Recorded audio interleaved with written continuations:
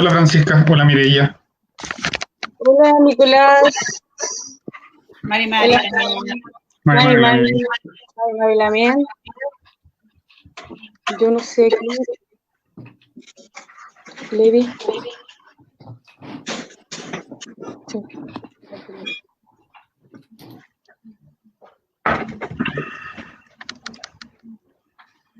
Ya.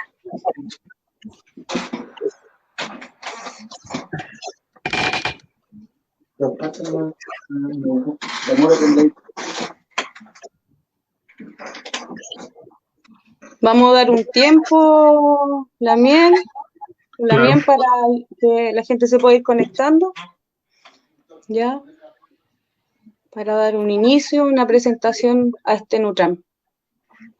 Así es.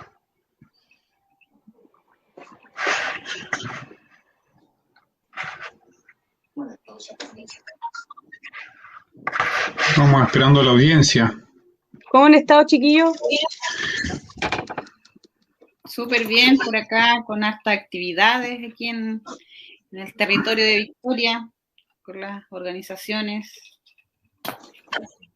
pero bien. Asimismo también acá, en el territorio de la comuna de Freire, localidad de Quiepe también, aquí yo saliendo una actividad comunitaria también. Estamos Ya. ahí participando con la comunidad para poder trabajar un camino conjunto con la localidad urbana también. Entonces ahí... Qué bueno, Lamien. Seguir con este tema territorial, pues. Claro, el trabajo en territorio que se hace, ¿cierto? Qué bueno. Así es. Ya. Por lo que me informan acá, creo que se está dando el espacio para que podamos dar inicio. ¿Sí? Perfecto. Mari Compuché, Mari Compulamien. Bienvenidos a todos y todas a este espacio de conversación, este espacio de Nutram, que hemos planificado, que hemos organizado desde el movimiento Gualmapu Despertó. Ya agradezco ahí a la gente que se ha podido conectar. La idea de hoy es que podamos establecer algunas... Disculpen, es que me escucho a mí misma. Sí, ahí. parece que hay un poco de eco, ahí sí. ¿Sí? ¿Por ahí cómo vamos? Ahí sí. Ya. La idea es que esta instancia de invitación a participar, a conversar, se dé con una horizontalidad de respeto, ¿cierto? De la diversidad que nos representa a cada uno como personas, como agrupaciones, ¿ya? Bueno, primeramente, presentar un poco lo que va a ser la idea de hoy, este trabajo, donde iniciaremos una conversación con el Lamien Fernando Payacán. La idea de conocer un poco de la historia respecto al contexto histórico mapuche, ¿ya? Y antes que todo, sí, presentamos acá a los Lamien que están en las vocerías de Gualmapu Despertó, que a la Lamien Francisca Melim y a Nicolás Mocheque, ¿ya?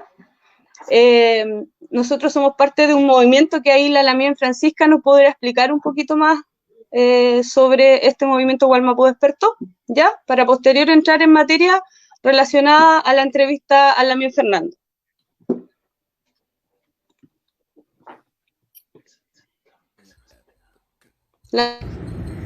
Compulamien. Les dejo mi saludo en este interesante conversatorio organizado por Gualmapu Despertó. Resaltar que más allá de los símbolos patrios impuestos por las élites, más allá de ese concepto manoseado de chilenidad de la oligarquía, la fiesta popular, la alegría genuina del celebrar y el compartir es patrimonio de los pueblos, y me parece que el pueblo chileno ha aprendido mucho del celebrar, del compartir, de la solidaridad y la alegría del pueblo nación mapuche. Eso, Compulamien.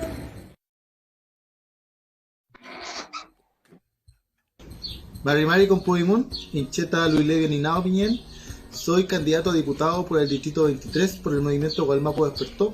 Provengo de la comunidad mapuche Miguel Huentelén Y quiero mandar un afectuoso saludo a Fernando, a los conductores del programa y a toda la gente que nos está viendo, y señalar lo importante de conocer nuestra historia y difundirla dentro de todos nuestros contactos, conocidos, amigos, y conversar sobre esto que no se cuenta de manera oficial.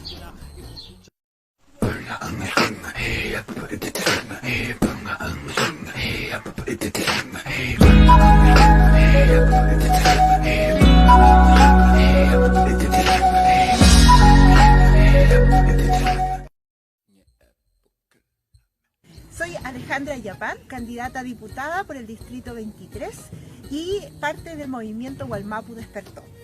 Hoy día vamos a hablar de la chilenidad.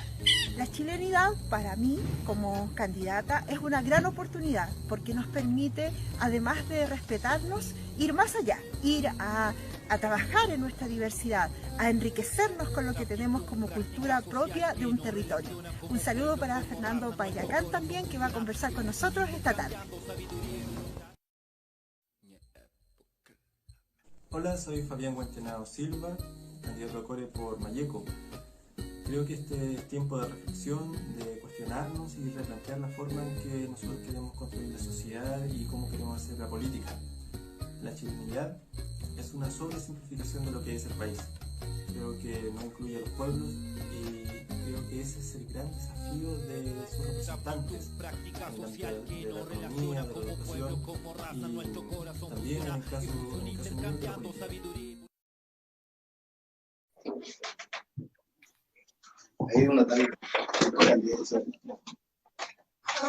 Aló, Compulamien, queremos pedirle disculpas porque tuvimos un problema técnico, pero primeramente era que nuestras vocerías del movimiento Wallmapu se podían presentar y posteriormente era la presentación de los videos, pero igual vamos, claro, pasó antes. Así que Lamien Nicolás, si puede presentarse, Lamien Francisca, por favor. Bueno, saludar a todos y a todas, Mari Compuché, Compupeñi, o sea, Pupeñi, Pulamien, a todos, a todas en general. Me presento, soy Nicolás Machoki, soy parte de la vocería de Wallmapu Despertó y también la vocería de una coordinadora socioambiental que es Quepe Digno, la cual estamos trabajando desde los jóvenes en la recuperación de un humedal que queda también en la localidad de Quepe, en el río Quepe.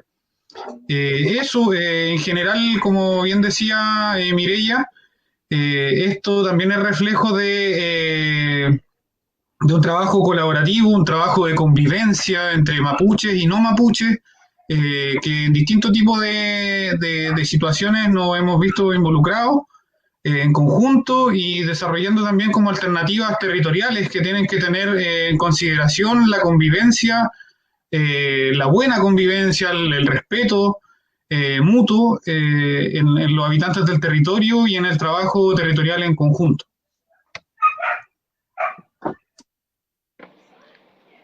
Gracias, Nicolás. También Francisca, si se puede presentar y hablar también un poco del movimiento, ¿ya? Una reseña del movimiento Wallmapu Despertó, para que la gente pueda conocer un poco más sobre lo que está. Mari Compuché, mi nombre es Francisca Melín, soy activista social y medioambiental de acá del territorio de la ciudad de Victoria. Acá converjo con otras organizaciones como es la ONG medioambiental Oveja Verde y soy parte de la vocería de Wallmapu Despertó. Bueno, como introducción para contarle a todos, todas las y los que nos están mirando, nos están viendo en este momento, contarles que este movimiento surge y nace desde la necesidad de la articulación entre nuestro pueblo nación mapuche en conjunto con otras organizaciones de base de nuestro territorio también, que es el Wallmapu. Entonces, desde ahí la ciudadanía en general, para posicionar este territorio, ya para posicionar nuestro territorio donde habitamos. Wallmapu Despertó como plataforma es un reconocimiento al pueblo nación mapuche, un reconocimiento a sus, como sabemos todos, a las luchas que hay milenarias desde el pueblo nación mapuche, la resistencia de su lucha, y en base a esto se converge todo este movimiento que ahora confluye en conjunto con organizaciones de base juntas de vecinos, todo tipo de organizaciones sociales, medioambientales, todos los que aquí convergen en esta plataforma que es social y política, no son personas que aparecieron de la nada, son personas que la ciudadanía, bueno, las ha elegido, para la representatividad de todos nosotros. Entonces, eso más que nada es la plataforma Wallmapu Despertó. Entonces, igual nace en cuanto a la resistencia y la lucha del pueblo nación mapuche, en base a dar cara a este Estado, ¿verdad?, que tenemos desde cientos de años, que es un Estado usurpador y genocida de nuestro pueblo nación mapuche. Y como les digo, desde ahí convergen todos con actores sociales, actores medioambientales, de ahí buscando una representatividad para nosotros también desde lo institucional, también poder estar ahí en estos puestos, ¿verdad?, que históricamente han sido rechazados hacia nosotros. Entonces, desde ahí está la plataforma Wallmapu Despertó. Y como ya pasaron los videos de nuestros candidatos a Core, y que era Isabel Cayul, Luis Levi, Alejandra Illapán y Fabián Huentenao. Así es, Lamien. Bueno, así como comenta la Lamien Francisca, perdón, y Nicolás, bueno, esta articulación nace desde los movimientos, ¿cierto?, desde el territorio. La idea es poder articular, ¿cierto?, las causas, los motivos que nos hacen a tener una participación política. Buscar una participación política que sea distinta. Y en eso estamos ahora. Por eso también este conversatorio con el Lamien Fernando, para también ir buscando partes y hitos de la historia que son importantes destacar y relevar, para hacer las cosas distintas también, iguales o mejores, no sé, ahí vamos a ir viendo en el proceso. La idea es que puedan ir naciendo nuevas ideas ahí, vamos a pedir a la gente que esté conectada, que pueda dar su opinión, que pueda hacerle preguntas también a Lamien, hacernos preguntas también a nosotros, pero la idea es que podamos, ojalá, adquirir ese conocimiento de Fernando, ¿ya?, para poder hacer algo en conjunto. Para entrar un poco en materia, lo que nos convoca el día de hoy, queremos un poco contextualizar por qué hablamos como de la chilenidad, detrás de la chilenidad, y lo que no se ha hablado en la historia, en el transcurso de la historia, de que hubieron hitos de la historia mapuche que se necesitan transparentar, dar a conocer, que no es la misma historia que nos contaron en el colegio, cuando en el colegio los institucionalizaron, ¿cierto?, nos dieron otro conocimiento, porque nos querían entregar esta chilenidad. Entonces, en ese espacio quiero dejar a Lamien Nicolás, que pueda comentarnos un poquito por qué elegimos estos conceptos para dar una conversación, este conversatorio. ¿Ya? Por favor. Claro, principalmente creo que el nombre nace de no sé, por alguna instancia reflexiva también en estos tiempos, en este mes, por ejemplo, donde en realidad empezamos como a explorar un poco la identidad que hay en el territorio, donde muchas veces se destaca el aspecto de una nación sobre otra y donde muchas veces se tiende a folclorizar una sobre otra. Es importante ver los elementos que van componiendo el concepto de chilenidad, revisar un poco el tema de la identidad y también, bueno, en realidad el trabajo de nuestro invitado es un trabajo que va mucho más allá de eso, pero que podemos de alguna otra forma invitar a la ciudadanía, a todos y a todas, a reflexionar muchas veces sobre los aspectos que los denominamos chilenos o de chilenidad, y que muchas veces tiene que ver más que con una imposición de una cultura, también cómo se mezclan de alguna otra forma o cómo se van rescatando elementos, incluso desde el mismo pueblo mapuche en este tipo de festividades, y se anulan muchas veces con una bandera de una nación sobre otra. Eso es importante poder reflexionarlo y invitar a todos y a todas a comentar, a hacerse parte también como de esta discusión. Hay muchas formas de participar en este conversatorio, pueden escribir, pueden hacer comentarios en este live y de alguna forma también esperar lo que nos diga este autor que tenemos invitado, para de alguna forma acercar los temas de la academia, de la escritura o de alguna otra forma del mundo más intelectual con las necesidades también y respuestas que espera el territorio y la ciudadanía en general. Es como acercar el diálogo desde lo académico de alguna otra forma con lo territorial y cómo nos posicionamos también como un movimiento que se considere más allá de una nación. Y bueno, con lo que dice Nicolás respecto de por qué hacernos estas preguntas, porque en el transcurso de nuestra propia historia, como en mi caso personal, mapuche champurria podrían decir por ahí, Mireya Manqueo Vergara, ese es mi nombre completo, fuimos aprendiendo de nuestra identidad, fuimos aprendiendo a sacarnos una identidad impuesta también, ¿cierto? Y a conocerme, en este caso, a mí personalmente más como de mi historia mapuche, ¿ya? De mi ancestro, de mi gente antigua. Así que vamos ahora a dar el espacio a que nos convoca, ¿ya?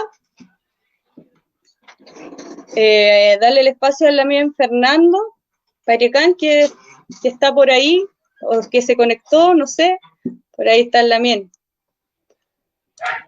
Mari, Lamien. Mari, Lamien, Mari Peñi. Peñi. Muchas gracias por la invitación. Mari Lamien. ¿Se escucha un perrito por ahí ladrar? No es mío, no tengo tregua. ¿No? Yo. Ni la tregua. Ya, Lamien. Bienvenido, Lamien Fernando. Agradecer, darnos este espacio para poder conversar, para poder darnos un espacio de reflexión, ¿ya? Desde su conocimiento, ¿ya?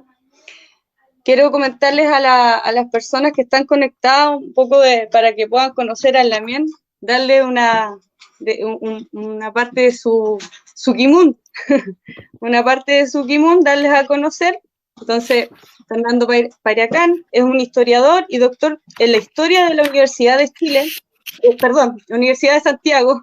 Es también académico de esta casa de estudios y además dirige la colección del pensamiento mapuche contemporáneo de Pehuen Editores. Es un autor del libro Malón, Toki, de la biografía de Matías Catrileo, entre otros. Sus áreas de interés son la historia del siglo XIX y reciente enfocada en el pueblo mapuche y su relación en el Estado chileno. No sé, Lamien, ahí si quiere agregar algo más respecto a su conocimiento o parte de su historia, quizás. Que soy padre, tengo un hijo que se llama Calfo Manque y una señora se llama Gabriela Curinao. Ya, Lamien. Qué bueno, eso.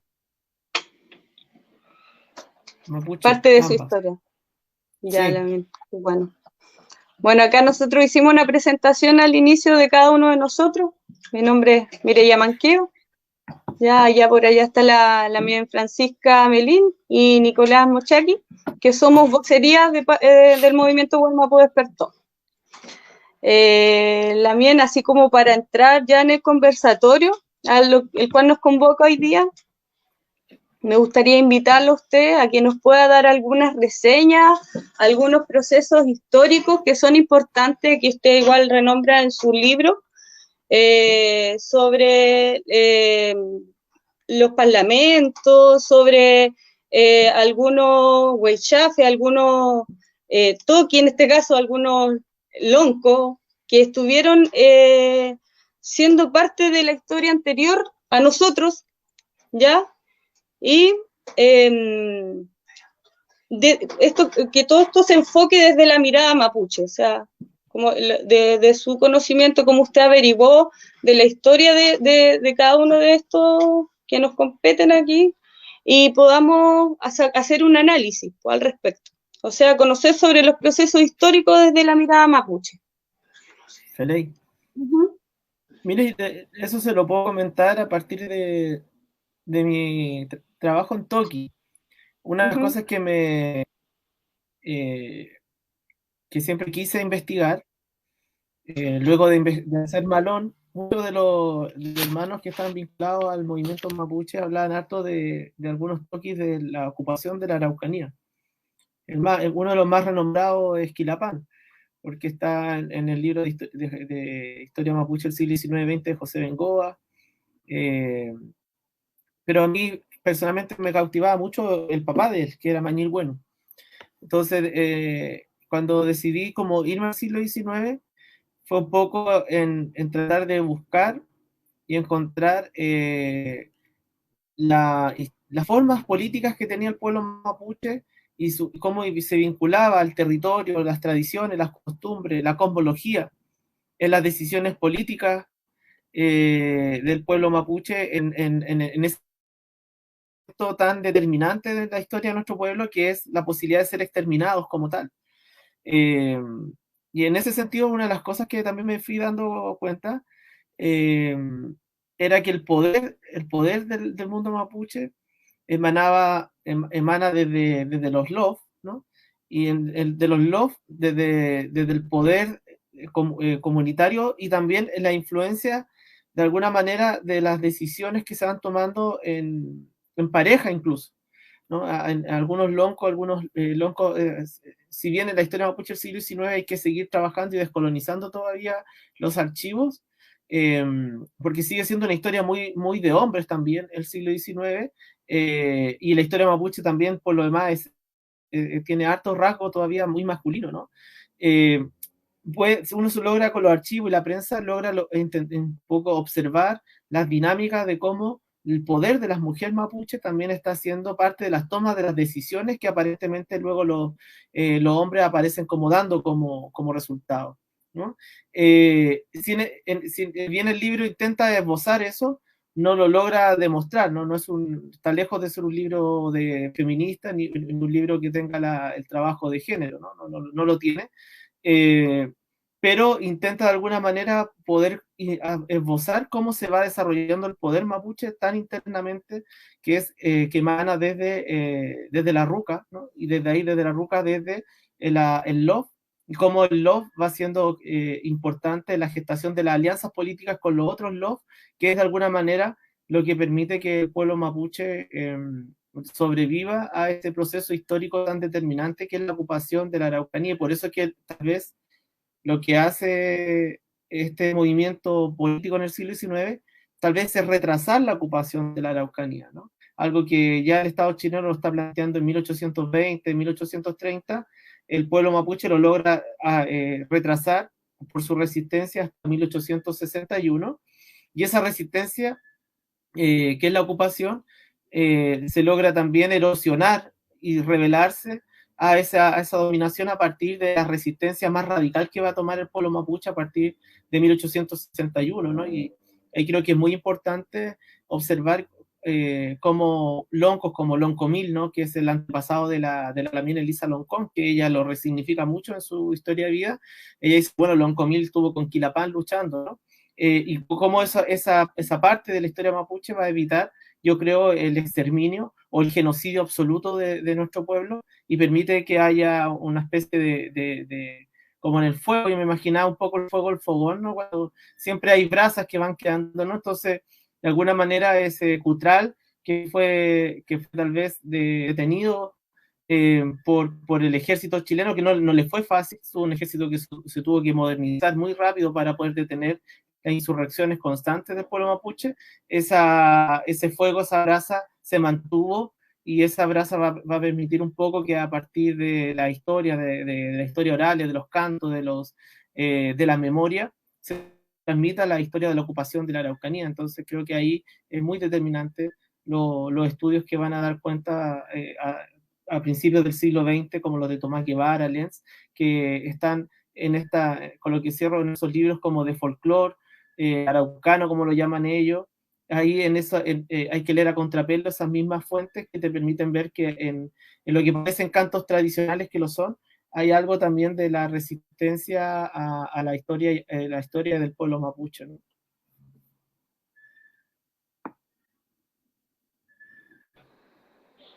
Sí, Lemen, ahí cuando usted habla de la resistencia, de las distintas formas que también se fueron presentando como movimiento resistente, ¿cierto?, a este genocidio a nuestro pueblo, nación mapuche. Yo me quedo con la tarea principalmente de leer su libro.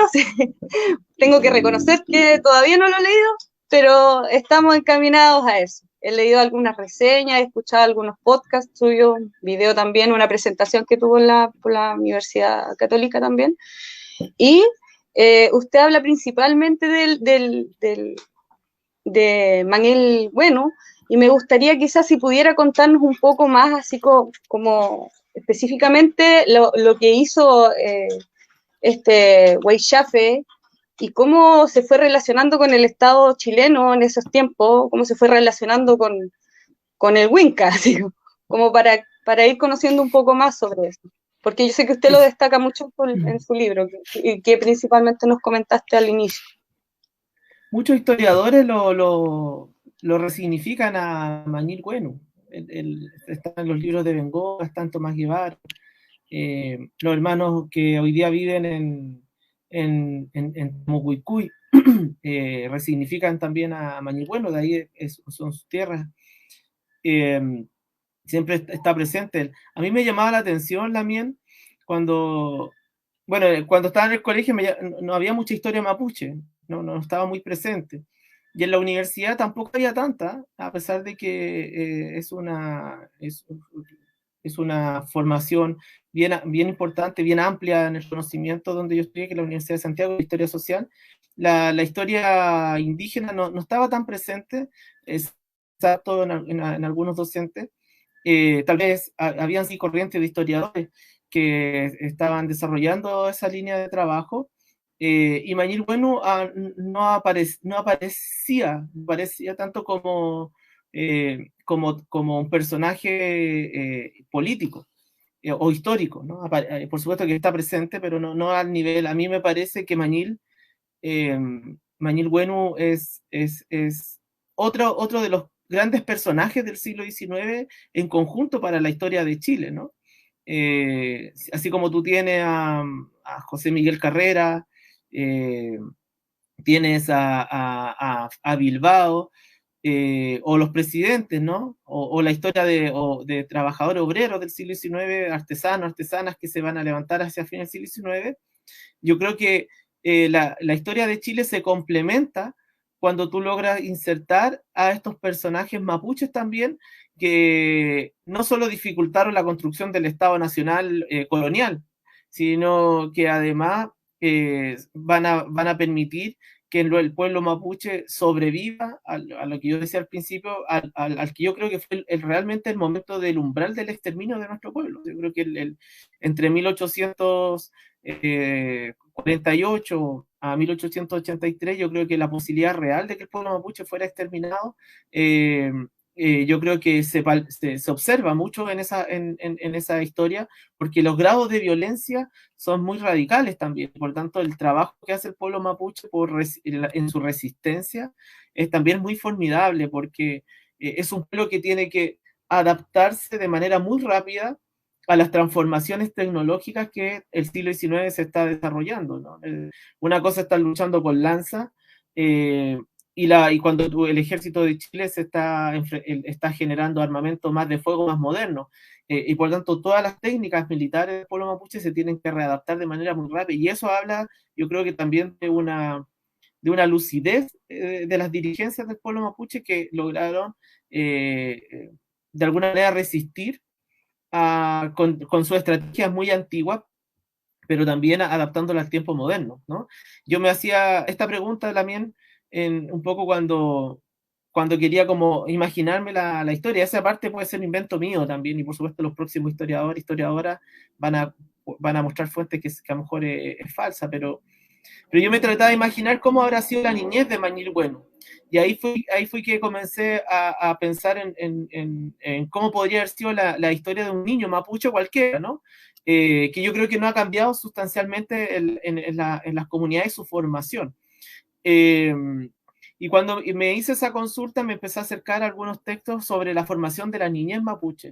Ahí hay un libro muy interesante de Ines Hilger, que es una monja, pero una monja que es una de las pocas, creo yo, investigadoras que se van a estudiar temas de parto de la mujer mapuche, temas de aborto, conocimiento de cómo se forma la niñez, cómo se educa a los bebés, sus prácticas también económicas para poder fortalecer. Es decir, es como una monja bien particular, si uno lo quiere ver, porque de alguna manera también está investigando historia de mujeres.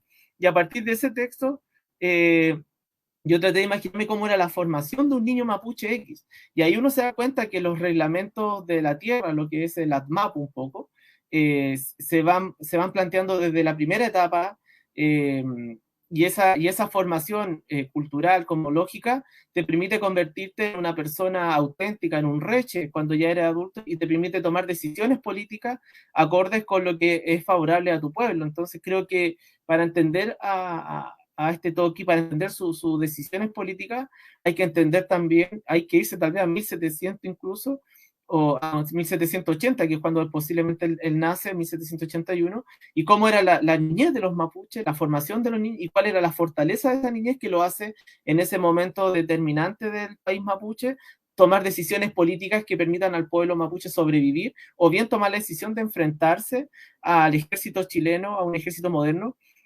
no desarmados, incluso él intentando, creo yo, modernizar incluso las estrategias del pueblo mapuche.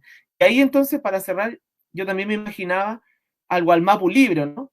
Por eso yo creo que hay poco de ficción también en este libro. Me imaginaba cómo cómo los niños, las niñas mapuches deberían haber estado recorriendo en la ciudad, en los fuertes derribados de los españoles, esas 7 ciudades famosas quemadas por el levantamiento de Pelantaro en 1598, los restos que deben haber dejado los hispanos, los parlamentos que se seguían haciendo en territorio con la corona española, y Mañil Bueno participa en esos parlamentos como niño. Por lo tanto, cómo esos niños mapuches jugaban en ese Gualmapu, y deben haberse contado también la historia de estos fuertes militares y haberse preguntado algo que a lo mejor nos parece obvio, pero que yo nunca lo había visto analizado, que seguramente cualquier niño o niña mapuche le preguntó, Chacha, ¿qué pasó aquí? ¿Por qué están esta ruina, no? No, lo que pasa, hijo, hija, que hace, en 1598 nuestros antepasados lucharon contra los hispanos y quemaron los fuertes. Entonces yo decía, lo más probable es que eso pasó, y por tanto ahí yo hablo que hay una ideología, ¿no? Una ideología política de parte del pueblo mapuche que siempre se transmitió que habían pactos, que habían parlamentos, y entre esos que el río Biobío era la frontera, y por eso es que creo que Mañil Bueno, cuando ya tenemos cartas de él hacia 1850, 1860, él habla, dice, bueno, aquí hay acuerdo, ¿no? Y eso es que el río Biobío es para allá ustedes y aquí para acá nosotros. Entonces, esa ideología, ¿cómo se fue creando? Bueno, yo especulo que puede haber sido a raíz justamente de esas transmisiones culturales históricas que están en otras fuentes, como los cantos tradicionales de Lens, donde uno ve algunos cantos mapuches que se enseñaron o que todavía se practican todavía, por lo menos a través de la memoria oral, donde van narrando episodios históricos, los Ulcatún, donde se relatan episodios históricos del pueblo mapuche, que yo creo que no es solo Ulcatún de la memoria, también es un Ulcatún político. Yo te estoy cantando la historia mapuche oral para que tú sepas cómo fue nuestra historia, y por tanto estos mapuches del siglo XIX tenían perfectamente claro cuáles eran los acuerdos políticos, más allá de haber tenido que firmar un papel, como muchas veces se piensa, ¿no? Pues en esta idea de ilustración que, claro, es el gran cambio, que el papel es lo que dicta la norma.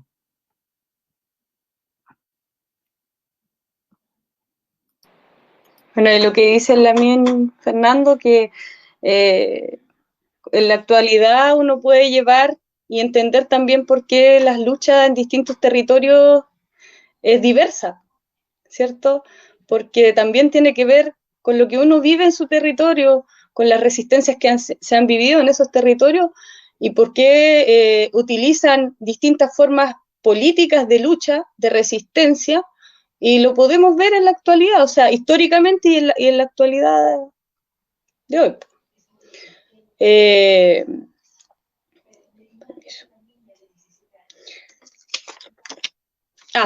Quería hacerle una pregunta a la mía, Fernando, respecto a cuál sería su visión respecto a las decisiones de los distintos liderazgos que tuvo el pueblo nación mapuche, obviamente desde su conocimiento como historiador. las distintas posiciones. Claro, la visión, posiciones o estrategias políticas que también utilizaron, como cuál sería su visión. Hay siempre dos, bueno, lo que uno se da cuenta y hasta el día de hoy, creo que eso es parte, uno lo puede ver en los constituyentes. Me parece que voy a explicar lo que quiero decirlo, pero a partir del ejemplo de los constituyentes. Y de las constituyentes, que uno ve que cada una de ellos, salen electos con mucha fuerza de sus votos, de su identidad territorial, ¿no? Don Adolfo Millagur, mucho de la zona lafkenche, ¿no? Logra votos en toda lo que es finalmente lo lafkenche. La Lamien Rosa Cachileo de su territorio, saca algunos votos, mucho también le va bien en Valparaíso. Los Peña y Lamien Huiliches también obtienen votos de su identidad territorial. Creo que cuando uno ve la elección a gobernador, creo que eso lo pusimos cuando entrevisté al Peñi Levi para la conversación, uno ve también cómo Aucán arrastra votos también de sectores mapuches, ¿no? Otros son más transversales, como en su votación el Peñi Levi, también obtiene votos de su territorio, pero también en la ciudad. Entonces lo que quiero decir, cuando Adolfo Millagur señaló en su campaña electoral que Mapuche vota por Mapuche por los escaños reservados, un poco creo que eso se logra dar cuenta en la elección, o sea, Mapuche vota por Mapuche, pero también Mapuche vota por su identidad territorial mapuche. Eso creo que también marca un poco la elección, y creo que cualquier movimiento político mapuche tiene que considerar de alguna manera el tema de la identidad territorial, porque parece que sí toma un tema de relevancia. En ese ámbito, llevándolo a lo que estábamos conversando, lo que uno puede observar en esto del siglo XIX es que los ñidos lonco tenían mucha fortaleza en su identidad territorial, entonces era como un gran pacto normalmente para llegar a acuerdos, y siempre muy político el pueblo mapuche. A mí una de las cosas que me sorprende es siempre que se acuerdan, se ponen en acuerdo mucho tiempo antes, y cuando eligen un toqui es muy temporal, ¿no? Eso para un momento específico, y yo creo que el que es electo toqui, por lo menos en el siglo XIX, no es porque solamente es bueno para la guerra. Yo creo que ahí hay también un estereotipo de repente con la idea de los toquis, en que casi el que fuera el estratega único militar o el más bueno para la pelea, el que es toqui. El que un poco da cuenta en este proceso de elección, cuando se elige a Mayín Bueno como toqui, que era, por supuesto, eso también, pero también era político y estratega, ¿no? No era, de hecho, el que era más, tal vez uno lo ve con Cal Foucault, que es el otro mapuche que está en el siglo XIX, que es como más milico, tal vez, como uno quiere ver, como más de ir a la resistencia, más radical. No es electo como toqui, ¿no? Porque de alguna manera en la decisión política prima que tiene que haber alguien muy político a la vez, que tenga esas dos visiones.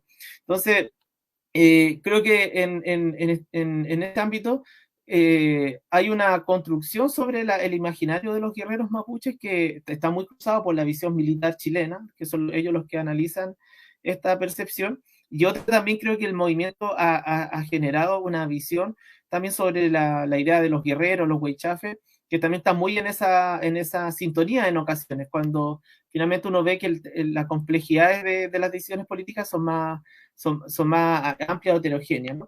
Eso me gustaría decir, aparte un poco para complementar la consulta sobre lo que me estaba diciendo la mía. Yo tengo una pregunta. Sí. Hola. Hola, Fernando. Mucho gusto.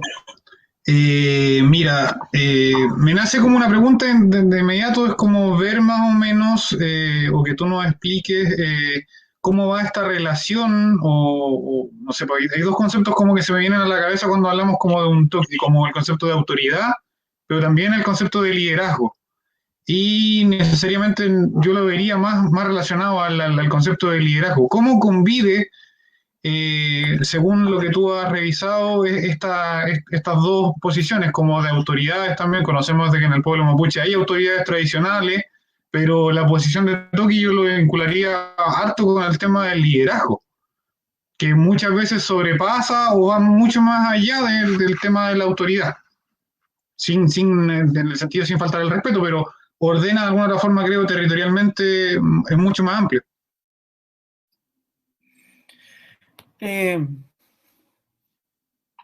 Yo creo que hay una... La autoridad son loncos. Ellos son los cabezas, ¿no? Hay una autoridad bien independiente, siento yo, que son las machis, que intervienen en política en momentos muy específicos. Por ejemplo, en una de las... En una fuente que yo encontré para el siglo XIX, la esposa de puede ser la esposa de Calfucoy, ella sueña, por ejemplo, ella sueña con la ocupación de la Araucanía. Eso lo dice en un encuentro. Eso es impactante y a la vez notable, ¿no? Porque Calfucoy, la esposa sueña con que ve sueña con rucas quemadas y que pasan mapuches prisioneros. Y en el sueño uno le dice que los chilenos van a dar un malón, ¿no? Entonces, cuando se hacen los encuentros de los niños loncos para tomar la decisión de enfrentarse militarmente contra el ejército chileno, es decir, ya preparar un gran levantamiento como tal, Calfucoy pone lo que soñó su esposa, ¿no? En el encuentro. Y creo que eso es muy determinante porque como que siento que, o por lo menos hay un periodista que está ahí que está anotando y también eso lo observa, estamos ahí, esa es la fuente, que dice que lejos de celebrar los mapuches, quedaron resonados, o sea, quedaron impactados por la narración, ¿no? Entonces, una es la intervención de los sueños, que es parte de la cosmovisión. Hoy día en este mundo más occidental pues, se puede cuestionar, qué sé yo, con la psicoanálisis cualquiera, pero nuestro pueblo cree en eso hasta el día de hoy y cree todavía en el siglo XIX sobre ello. Entonces, parte de la decisión política, esa es una de las comprensiones de la política. Es la intervención también de la mujer en la política, creo yo, ¿no? Porque no tenemos, creo yo, tantas fuentes para poder observar. Ahí vemos si la intervención política, o sea, una toma, o sea, yo voy a tomar una decisión, intervengo esa decisión política a partir de mi cosmología o mi cosmovisión en este ámbito, y la decisión que se toma ahí es que van a ir a pelear. Es como que todo te dice que vamos a perder y los mapuches terminan tomando la decisión de que, bueno, hay que ir a pelear, entonces igual nomás porque no queda otra forma, ¿no? Entonces tú vas a ese enfrentamiento, creo yo, a sabiendas que vas a ser derrotado, una cosa muy loca porque en estricto rigor lo racional sería, te diría, ¿no? Lo humanamente racional te dice, ¿sabes que entonces no vamos? Porque todas las normativas de la Tierra nos están diciendo que vamos a ir a este levantamiento y vamos a perder. Pero pero esas normativas que te están indicando eso, que te están poniendo esa decisión, tú la acompañas con el momento político que es determinante. O sea, si no nos levantamos, nos van a arrasar y por tanto no construimos el proceso histórico para el futuro. Y ahí yo pienso un tema que lo he venido pensando, siguiendo a Silvia Rivera Cusicanqui, tal vez, esta idea de una cosa estar oprimido y otra distinta es ser vencido, ¿no? Entonces, en estricto rigor, el pueblo mapuche, si no se levanta, aunque sabiendo que podría haber sido derrotado, ¿no?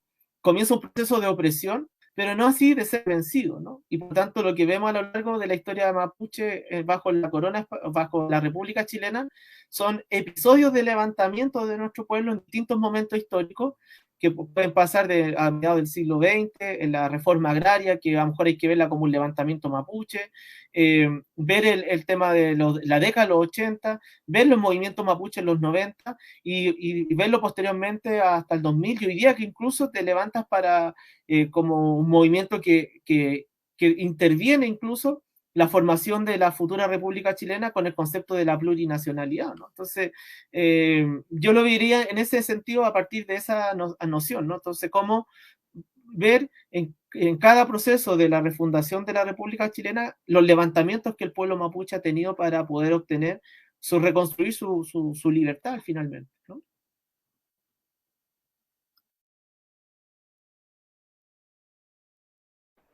Nicolás, ¿algo que devolver ahí?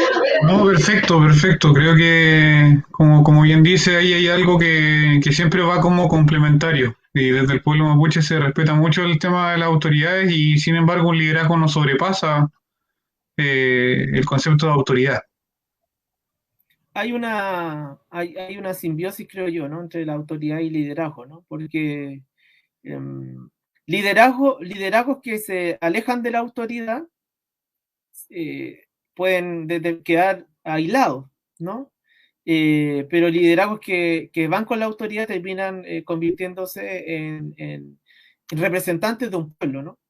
Creo que ahí hay un punto, un diálogo siempre constante entre el pueblo mapuche y su LOF en estricto rigor, porque al final quien te da la autoridad son los LOF, ¿no? Y quienes te convierten en un líder son esas autoridades que emanan desde los LOF. Cuando tú te vas, terminas quedándote aislado y no terminas representando muchas veces también a tu pueblo.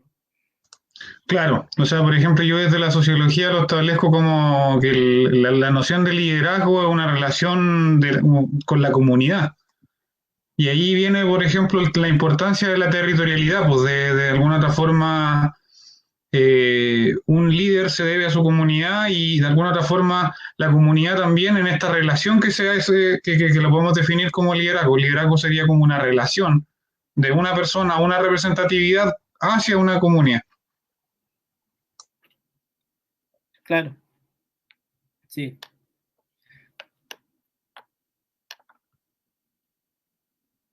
Perdón.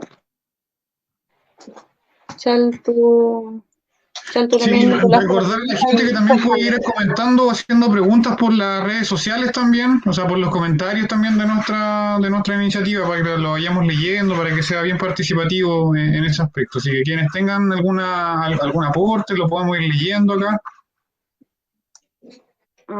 Así es, Lamen. Invitar a la gente que haga preguntas, ahí aprovechar que está Lamen Fernando, ¿cierto? Porque esa es la idea, poder conocer un poco más lo que no se cuenta, lo que no se conoce en Wallmapu, ¿ya? De la historia y nosotros poder hacer nuestros análisis respectivos desde la misma historia de cada uno, ¿ya? Así que ahí, bueno, en esperar algún momento que la gente se pueda pronunciar con alguna pregunta, queremos hacer una pequeña pausita de la primera entrevista, porque después viene la segunda parte de este neutral, de este conversatorio, ¿ya? Para que la Lamien Francisca haga la presentación a los siguientes candidatos que pertenecen al movimiento Wallmapu Despertó. Por favor, Lamien. Bueno, en el siguiente video veremos a nuestros candidatos que son Reinier Campos, Ingrid Conejeros y Manuel Curío.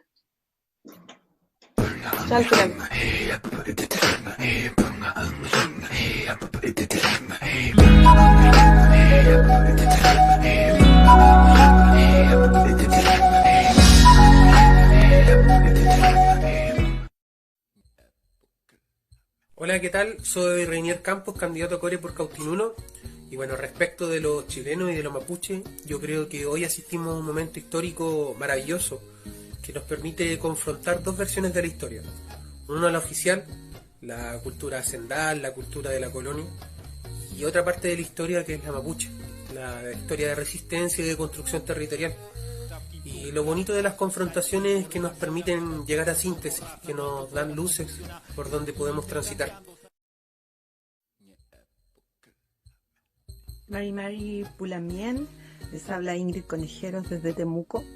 Quiero mandarle un afectuoso saludo a todos quienes estén en esta transmisión, en este programa de Wallmapu Despertó, para tratar temas tan importantes como el que se plantea hoy. Así es que a desmitificar, a sacar prejuicios para que podamos avanzar en la construcción de una sociedad donde estemos todos. Chaltumay Pulamien. Marimari Pupeñi, Marimari Pulamien, Marimari Compuché, Incheta Manuel Curío Piñén, vocero y coordinador de la Mesa Territorial Comnehuellos Villarrica, presidente de la comunidad indígena Fresia Curipe Colín, del sector Ertume. Hoy día el país se encuentra en una celebración de independencia, pero no debemos olvidar que hace 130 años el ejército chileno, con la aprobación del Congreso Nacional, invadió y hizo un genocidio en las tierras de nuestros ancestros, en el Gualmapu, 130 años atrás. Y eso es lo que hoy día buscamos reparar, buscamos restituir a través de las candidaturas independientes del movimiento Gualmapu Despertó, tanto a la Diputación como a las candidaturas a Core.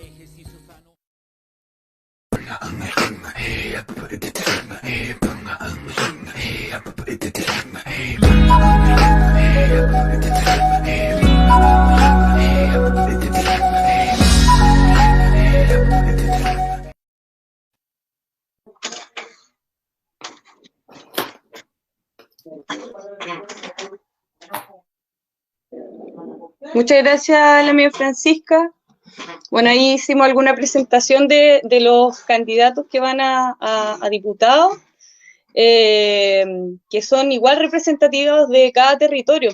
Entonces, eso es importante quizás destacar, que cuando estábamos hablando hace un momento de dónde nacen las luchas, de dónde nace la resistencia, también con este proceso de identidad de cada uno de nuestros lamien que van a postularse a un cargo, ¿ya?, en la política huinca, y qué importante relevarlo, ¿ya?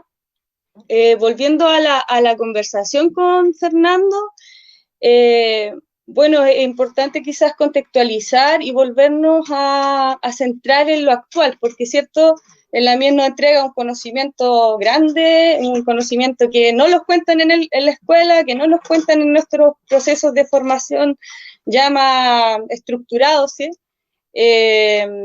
Que tiene que ver con la historia no contada y cómo eso podemos asentarnos en lo actual, llevarlo a lo actual, cómo lo analizamos, cómo lo vemos, cómo también podemos aportar para esta nueva política, esta política que nace desde los territorios, ¿ya?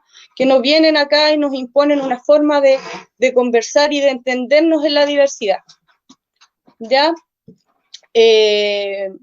Quizá también Fernando, sería bueno que nos haga una pequeña reseña a unos hitos que siempre me resuenan y que he leído, pero que quizás es necesario analizarlo, o una síntesis pequeña de eso, respecto a los parlamentos, a los tratados que existieron en el transcurso de la historia.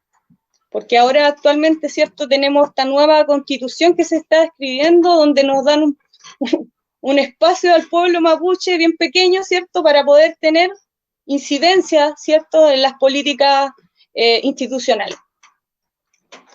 Si podría comentarnos un poquito más ahí en el Tratado de Tapigüe, ya, de los parlamentos que existieron, así, bien en resumen, entendido para todos. Es una política bien interesante la de los parlamentos, porque surge desde el mundo hispano, porque también está la tradición indígena ahí, por eso hablan del Coyantún, que es acordar algunos ejes entre dos pueblos que se encuentran.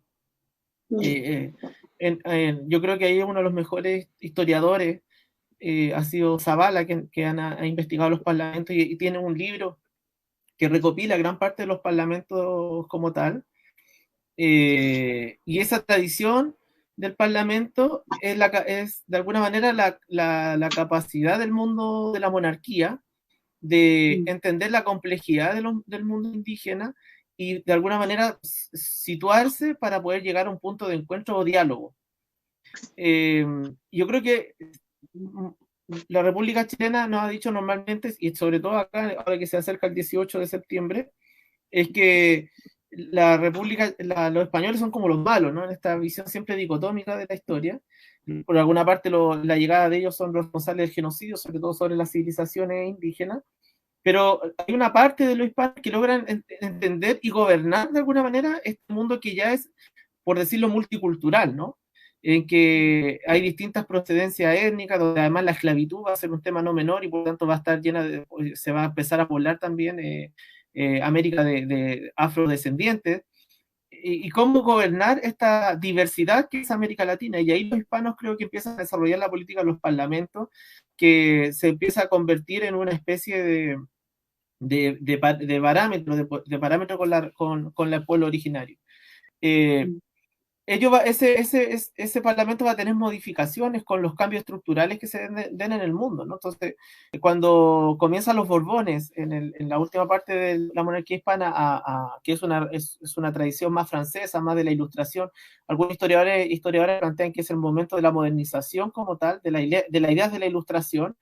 Los mapuches comienzan a entender los parlamentos como una especie de tratado, por llamarlo de alguna manera, ¿no? No sé si llamarlo un contrato social, pero tal vez una especie de tratado en el cual dice, mira, yo tengo derechos y tengo deberes, y por lo tanto, de aquí para allá, ustedes son chilenos y acá es mapuche. Y por lo tanto, yo creo que los mapuches comienzan a entender de manera muy clara que hay un acuerdo político entre los que viven al norte del Biobío y los que viven al sur del Biobío. Hay distintos parlamentos que se van ratificando. El de Quilín, el de los llanos de Quilín, tal vez uno de los que siempre se ha citado. Hay otro posterior de 1781, 1782, que se refuerzan más o menos todas las tesis del de Quilín. Ese es el que Mañilhuén ve cuando es niño, que acompaña a su papá a ese parlamento. Con la República Chilena y los gobiernos conservadores se intenta también desarrollar algunos parlamentos, y ahí está el acuerdo famoso de Tapigüe. Previo al de Tapigüe hay un acuerdo distinto, en el cual se plantea un poco la idea de que el territorio mapuche sigue siendo semi-independiente. Y luego viene Tapigüe, que es el resultado final. Normalmente en los parlamentos lo que uno ve es que un poco los mapuches con los chilenos o los hispanos ya tienen el acuerdo previo. No sé si me entienden, ¿no? Se llegan a acuerdos previos con las parcialidades y uno llega al parlamento un poco a dialogar los acuerdos que ya se han desarrollado, y temas de diferencia se hablan ahí mismo. Hay toda una logística con los parlamentos, porque los españoles mandan meses antes, eso lo trabaja muy bien, creo yo, está en las cartas de Ambrosio Higgins, que él 4 o 5 meses antes ya manda a preparar los parlamentos, porque significa tener animales, significa tener platería. Asajac es un concepto que se ocupa mucho a los principales nidos loncos. Ellos tienen que viajar de distintos territorios. Por lo tanto, hay todo un trabajo para llegar al momento del parlamento, que es cuando se dialoga, ¿no? Y en ese sentido, el Parlamento de Tapigüe va a plantear que el Estado chileno acepta la existencia del pueblo mapuche. No habla necesariamente de ingredientes de autonomía, pues a veces yo creo que cuando ocupamos a veces la historia para fundamentar el tiempo presente del movimiento, a lo mejor hay que mirar con cuidado a veces lo que queremos fundamentar, ¿no? Porque el Parlamento de Tapigüe habla de la diferencia y la existencia de otro pueblo, pero dentro de lo que Chile entiende por Chile, y eso lo hizo Higgins antes de morir, se supone, ¿no? Magallanes, que dicen que fue el último que dijo, yo dudo que haya dicho eso, pero me gusta el mito histórico ese que murió diciendo Magallanes. Entonces, para los chilenos, Chile llega hasta Magallanes. Entonces, en estricto rigor, Tapigüe podría ser mirado desde un punto de vista integracionista. Pero creo que hay otros parlamentos previos, pero también hay que, creo yo, también observar que es algo que se está construyendo, que la República Chilena tiene, hacia 1825, tiene recién, no sé, menos de 10 años de existencia, y por tanto hay mucho de lo que dice Alfredo Jocelyn Holtz de ensayo y error, y por tanto hay ensayos de intentar llegar a acuerdos con el mundo indígena, siguiendo la tradición de los parlamentos, ceden en algunos aspectos, pero después no cumplen también algunos de esos aspectos, y luego ya de eso se genera la doble revolución, como dice Hotman, el capitalismo con la ilustración, y se termina por generar una política de conquista sobre el Gualmapu, que es finalmente la ocupación de la Araucanía y la campaña del desierto en Argentina, que busca el exterminio del pueblo mapuche. El pueblo mapuche no es exterminado por la resistencia, creo que su gente va a desarrollar, y el genocidio de alguna manera es una política y una acción, ¿no? Que busca como propósito destruir a un grupo de personas de forma parcial o total, ¿no? Y ahí yo siento que la Convención Constitucional, en la Comisión de Derechos Humanos, que se haya insertado el concepto de genocidio, ¿no? Creo que es muy relevante para que se pueda debatir sobre los derechos colectivos de los pueblos originarios, porque cuando tú hablas de genocidio, hablas de reparación, a ese genocidio. Y una de las formas de reparar el genocidio es el derecho a la autodeterminación. Por eso yo no comparto mucho la visita de los hermanos de Ercilla y su visión crítica sobre el proceso constituyente. Puedo entender de que le parece que la gente de Santiago sean todas unas personas de élite, pero el debate que se está dando dentro es poner algunos principios políticos fundamentales, ¿no? Y por eso que ellos digan que no los representa los constituyentes, yo tampoco lo comparto. Los constituyentes fueron electos por un porcentaje del pueblo mapuche, no por el 100%, pero Mapuche votó por Mapuche. Esa es la elección que tenemos, y por lo tanto tienen representatividad tanto como ellos en sus territorios. Y ahí creo que lo que estamos viendo hoy día es la inserción del concepto de genocidio, y con eso el derecho a la reparación, y una de las formas de reparar es el territorio. Saltulamien, qué importante lo que dice. Le pido disculpas, me desconecté porque tuve un problema ahí técnico. Hace falta los Nutram en persona, con mate, ahí como dijo algún Lamien, comentó, ¿cierto? De tener esta cercanía, estamos tan alejados que cuesta de verdad comunicarse por este medio. A mí me cuesta bastante, así que les pedía disculpas ahí por eso.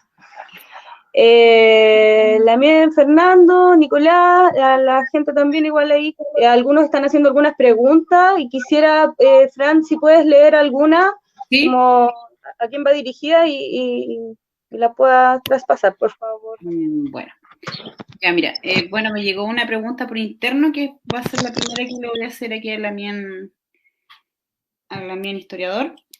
Ya, dice así, básicamente dice, tenemos el fuerte en la enseñanza prebásica, pero se pierde, llegando a los niveles básicos, en cuanto a la educación, digamos, intercultural. Esa adaptación deja de existir en la enseñanza media y vuelve firme en el currículum de universidad. Entonces, como historiador, ¿qué propuesta, o más bien, cuál es la visión para llegar a poder fortalecer y que no se pierda? Y bueno, lo dice con bastante base porque la enseñanza prebásica se trabaja fuerte en la cultura mapuche, pero ya después como que eso se pierde con el tiempo. O sea, la pregunta básicamente es esa. Exacto. No extinguen en el tiempo. Sí. Yo creo que una de las formas de avanzar hacia los derechos colectivos y la reparación es la inserción de los temas indígenas en la malla curricular. Y eso tiene que ser transversal, ¿no? Hay algunos autores que están presentes. Licura Chihuailaf, uno toma un libro del Ministerio de Educación, de literatura, y está Licura. Él ha sido, creo, una puerta de entrada para que otros provengan posterior en ello. Efectivamente, en la niñez se enseña bastante, pero luego en el tiempo posterior, la inserción del mundo indígena no está como tal, ¿no? Yo lo veo por tres aspectos, ¿no? Yo creo que el primero es que estratégicamente los académicos y académicas del pueblo mapuche han hecho todo el esfuerzo posible para poder intervenir el mundo educativo y no se ha logrado, ¿no? No sé por qué podría ser. Pienso porque tal vez como historiadores, como historiadoras, no hemos hecho también módulos, creo yo, de enseñanza que un profesor X cualquiera lo pueda tomar, ¿no? Yo lo veo como un ejemplo para explicarlo, ¿no? Cuando yo hago la historia del siglo XIX chileno, hablo de los gobiernos conservadores, ¿no? Entonces digo ya Manuel Bulnes, Andrés Bello como el escritor, económicamente acá, Portales, qué sé yo. Pero no tengo una cápsula para un profesor, una profesora, para decirle, un resumido, decirle, mira, esta es la política mapuche durante el gobierno de los conservadores, ¿no? No hemos hecho, creo yo, tampoco módulos para cuál es la política mapuche bajo los gobiernos liberales, cuál es la política mapuche bajo el parlamentarismo, cuál es la historia mapuche durante la Unidad Popular, ¿no? Creo que no hemos hecho esas cápsulas históricas o un libro de clases de historia para los profesores y profesoras para que se pueda usar en el aula. Eso yo creo que es un déficit de alguna manera de nosotros, porque si hablamos de autonomía y autodeterminación, creo que no necesariamente tiene que surgir desde el Estado colonial, ¿no? También tenemos en nosotros los que podemos poner eso. Entiendo que si no hay recursos es muy difícil poder llevarlo a cabo. Yo creo que hay una forma. Tenemos que hacer un libro de historia, creo yo, aunque también va a ser visto como colonial, porque vamos a tratar de sintetizar o homogeneizar todos los mapuches en esas diferencias, pero creo que hay que plantearlo. Luego de eso yo creo que hay que hacer formación de profesores en una perspectiva intercultural. Yo creo que eso es necesario, ¿no? Y también insertar las prácticas tradicionales dentro de esa formación histórica. Creo que ahí vamos a poder ir consolidando algunos principios básicos mínimos sobre el pueblo mapuche para la concepción cultural o histórica, ¿no?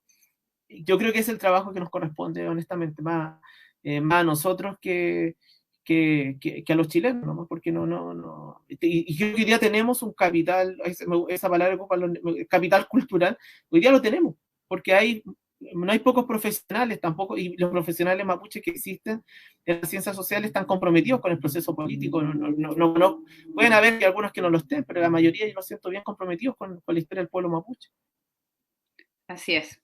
Gracias, Fernando, por responder esa pregunta. Bueno, aquí Carmen Gloria igual nos hace otra pregunta. Dice, ¿cómo visualiza desde el ojo de historiador la historia de Wallmapu, desde las recuperaciones y presos políticos mapuches? ¿Cómo lo visualiza usted?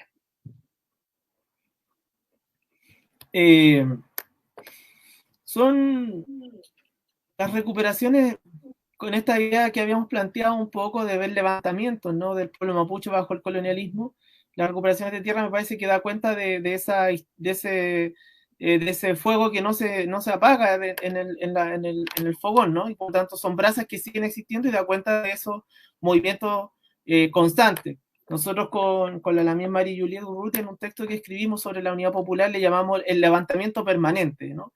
Levantamiento constante o levantamiento permanente en la historia mapuche, justamente para mostrar que hay recuperaciones de tierra en distintos procesos históricos. Y hoy día mismo, que está Chile en un proceso refundacional o constituyente, hay levantamiento del pueblo mapuche. Hace un mes atrás, un poquito, estuve en el loft del Peñi Galvarino Reymán, y las recuperaciones de tierra en gran parte de la Franja de Mayeco son reales, y uno los ve, las banderas, las recuperaciones de tierra. Por tanto, hay recuperaciones de tierra y de territorio en este caso, que va a dar cuenta de ese levantamiento constante. Y una de las consecuencias de esos levantamientos constantes son los prisioneros políticos mapuches que están de alguna manera prisioneros por procesos de devoluciones de tierra o procesos de recuperación de tierra que claramente da cuenta de la persecución que el Estado chileno ha generado sobre nuestra gente, ¿no? Y la prisión política nos acompaña en la historia del movimiento mapuche desde reciente autonómico desde el año 98, 99, ya el año 2001 cuando se empiezan a dar sentencias, que es uno de los primeros del caso Lumaco, por la quema de camiones, y luego comienza el caso Los Loncos, el caso Poluco Pidenco, y así sucesivamente iría, donde tenemos ya prisioneros políticos que yo creo que son el ejemplo de las dificultades de poder llegar a una solución de parte de este Estado que reprime, pero por otro lado intenta incorporar. Entonces se genera ese punto de la desconfianza, que yo creo que es uno de los temas más claves que debe trabajarse para poder llegar a un nuevo trato político, porque muchas personas mapuches, con estricto rigor, tienen todo el derecho a desconfiar, porque el Estado chileno los ha violentado de manera ascendente. La violencia política de parte del Estado de 2001 en adelante se ha ido incrementando en los territorios mapuches. Así es, Lamien. Por acá hay otra pregunta también de Reiner Campos, nuestro candidato del movimiento Wallmapu Despertó, candidato a Core. Pregunta, ¿qué opinión? Bueno, yo creo que tiene que ver principalmente, Fernando, con el concepto del foro, que es el tema de la chilenidad. Dice, ¿qué opinas de los elementos simbólicos de la cultura mapuche que hoy recoge con mucha fuerza el pueblo chileno? Creo que por ahí también nos estamos exigiendo un poquito cómo podríamos definir este concepto de chilenidad también, o cómo lo planteas tú. Bueno, la chilenidad es una construcción también. Es interesante cuando uno está en el siglo XIX y ve la fuente, el Guaso, el guaso en la prensa aparece como el rebelde, ¿no? 20 guasos asolaron, no sé, Talca, por decirlo de alguna manera. Entonces los guasos, en los guasos que hoy día entendemos como guasos, en el siglo XIX, muchos de esos guasos son como los rebeldes, como los pincheiras, y están más asociados al mundo hispano, ¿no? Lo que hace la República es adaptar de alguna manera algunos aspectos de la sociedad hispana, como el guaso, el rodeo, y las chileniza. Y a eso le va a ir dando una impronta nacional hasta el día de hoy. Entonces, es re entretenido con la convención cuando aparecen algunos defendiendo, no sé, el rodeo, qué sé yo, y dicen que eso es auténticamente chileno, ¿verdad? Lo que es auténticamente español, tal vez, ¿no? Y es justamente lo que los chilenos derribaron en la lucha contra los españoles. Entonces, conviven de alguna manera, lo que yo creo también, distintas culturas dentro de aquello, de esa relación. Entonces, ¿qué es lo chileno? ¿No? Por lo menos los historiadores y las historiadoras plantean que el concepto de chilenidad no terminó de conformarse hasta el final de la Guerra del Pacífico, y que la Guerra del Pacífico lo que da cuenta es que Chile, y lo dicen los historiadores peruanos, sobre Carmen Marqueboy, una historiadora peruana muy interesante, y ahí dice, bueno, ¿por qué Perú pierde? Es un poco porque los chilenos sí llegan con una identidad nacional formada, y la guerra es lo que va a formar un poco la identidad histórica chilena. Y uno lo puede ver incluso hasta en el lenguaje. Cuando empezó el estallido social, uno ve que irrumpe mucho el lenguaje una lógica militar, ¿no? La primera línea, las marchas, ¿no? Vamos a ir a marchar, o sea, uno ve que la cultura militar no le pertenece solamente a la oligarquía, ¿no? Sino también hay sectores sociales que uno puede decir populares, que tienen una lógica también militar en el lenguaje de manera constante. Entonces, creo que esa noción de los militares es uno de los aspectos de la identidad cultural de los chilenos, y por eso que parece que fuera un pueblo de guerreros, que no sé si es un concepto positivo, ¿no? Y que una vez el lonco, me acuerdo siempre he repetido la historia, ¿no? Uno de los loncos del territorio mapuche, me acuerdo que explicaba mucho, señalaba que Antileo, de allá de la zona de Tirúa Sur, decía, nosotros no somos un pueblo de guerreros, decía, somos un pueblo de la resistencia, porque los guerreros van a hacer la guerra, son los conquistadores, son los que generan la guerra para sobrevivir. Nosotros somos un pueblo de la resistencia. Entonces él decía, tenemos que cambiar esa visión de pensar de que los mapuches somos un pueblo guerrero, que estamos genéticamente preparados para ello, porque no somos un pueblo conquistador, decía el lonco, somos un pueblo de la resistencia. Y creo que ahí hay una visión que hay que también desmenuzar en algún aspecto, porque el pueblo mapuche, por lo menos que yo me daba cuenta en Toki, es que era un pueblo esencialmente siempre muy político, y que la guerra fue el último recurso que usó, o la violencia, para poder de alguna manera llevar a la práctica los acuerdos políticos que estaban pasándose a llevar, ¿no?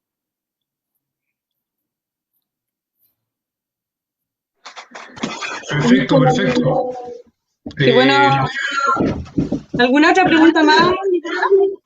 Así como para ir... Un tema bien interesante que me gusta mucho, el tema, por lo menos igual ver también que dentro del proceso de chilenización también, que pues, no sé si lo podríamos entender como un proceso, va el tema también de ir recogiendo estos elementos también como el campesinado, como también elementos del mismo pueblo mapuche, y ahí de repente podemos caer en lo que es una propiedad, una apropiación cultural muchas veces también, dentro de lo que se configura como identidad.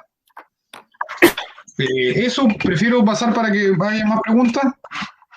Sí, es que igual también considerando el tiempo, Pulamien, son tantos temas muy importantes que ojalá esta no sea la primera instancia. También quiero considerar lo último que dijo Pulamien Fernando respecto a este estigma social al mapuche, cuando hablamos y prácticamente le dejamos una etiqueta de pueblo luchador, pueblo guerrero, pueblo que no sé, en su sangre corre rabia, un montón de dichos populares que la verdad que tienen que ver precisamente con la resistencia. Y nosotros, el pueblo mapuche, siempre ha estado en diálogo para poder llegar a un acuerdo, o más que acuerdo, escucharse, ¿cierto? Estas diferencias, esta diversidad que tenemos en pueblo chileno, pueblo mapuche, que es importante ir conociendo, ¿ya? También quisiera hacer la última pregunta como para ya también no invadirlo tanto con muchas preguntas, que sería como la última. No hay problema.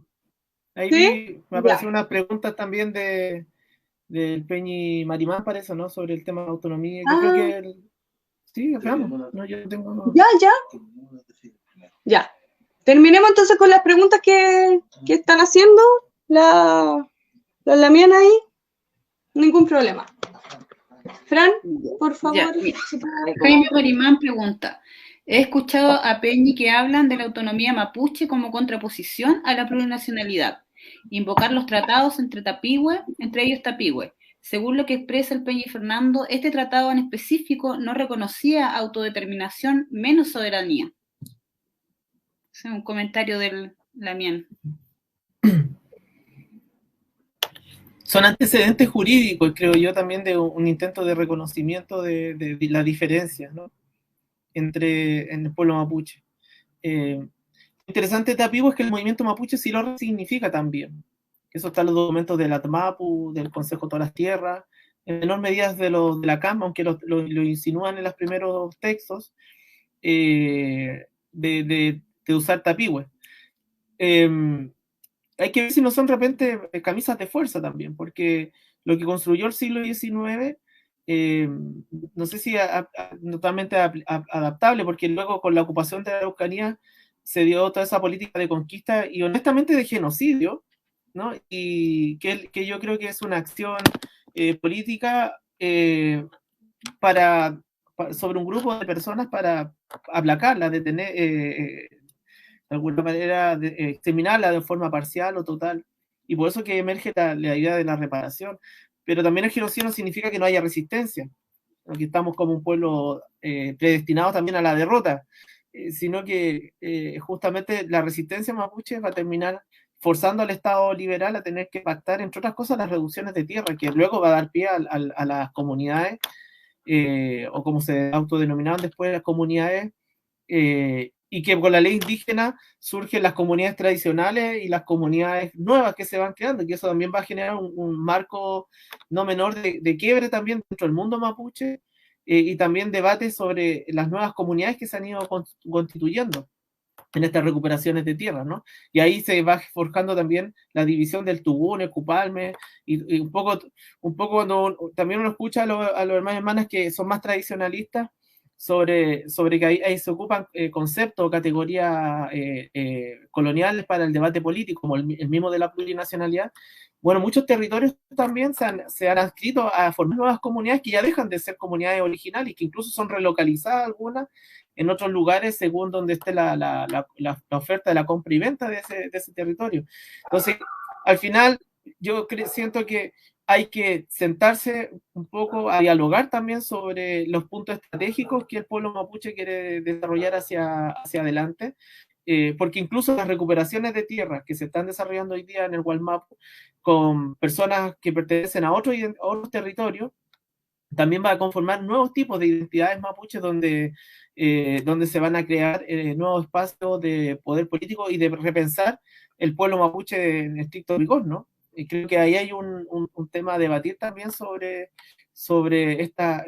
cómo las recuperaciones de tierra van a generar nuevos tipos de identidad mapuche, donde pueden estar mapuches que no necesariamente son de esa identidad territorial, ¿no? Estoy pensando, no sé, pues, en el caso, en hermanos que van a otros territorios, luchan, recuperan las tierras, van a vivir ahí, bueno, conformaron ahí un nuevo tipo de identidad territorial que rompe los esquemas tan tradicionales antiguos. Entonces, creo que ahí hay un punto de debate bien interesante sobre cómo un pueblo se va creando y reforjando, y considerando también la mapuridad, como dice David Anir, ¿no? Un porcentaje no menor del mundo mapuche vive en la ciudad, ¿no? Y cualquier elección política hoy día, por lo menos de los caños reservados, daba cuenta que lo queramos, nos guste o no, que también la ciudad de Santiago era decisiva en la elección de los caños reservados, ¿no? Entonces no es menor, un porcentaje mapuche vive en la ciudad. ¿Cómo logramos? ¿Cómo lo sumamos, no? cómo damos espacio a su expresión política. Si el día de mañana se hace, no sé, voto de escaños reservados para Cámara de Diputados y Senadores, Santiago va a cumplir un rol clave porque porcentaje mapuche vive en la capital, ¿no? Y eso usted sabe, se muestra muy bien en los votos de escaños reservados. Pudahuel, Cerro Navia, La Pintana, Peñalolén, ¿no? Comunas populares de Santiago, donde vive una parte importante del pueblo mapuche, son muy decisivas en las elecciones que se vayan a dar hoy día por esto, entonces, por los escaños. Entonces, creo que no es menor ese número, y hay que hacer políticas también pensando para el mundo mapuche, que sea junto con el retorno al país mapuche, como lo dijo José Ancán y Margarita Calfillo en un documento en la década de los 90, un buen texto sobre el retorno al país mapuche, que junto con el control territorial, que están recuperando las tierras para que el mapuche se pueda habitar y recomponer los antiguos LOF, ¿cierto? Y luchar contra las forestales que están destruyendo el territorio mapuche. ¿Cómo hacemos sobre este porcentaje mapuche que vive en Valparaíso, que también fue importante la decisión de escaños reservados, la de Santiago, que es importante la decisión de escaños reservados? Como ustedes saben, votos mapuches hay desde la Antártica, como lo mostró el primer voto para Natividad y Anquileo, hasta la zona norte de Arica, Antofagasta, que también salieron votos mapuches.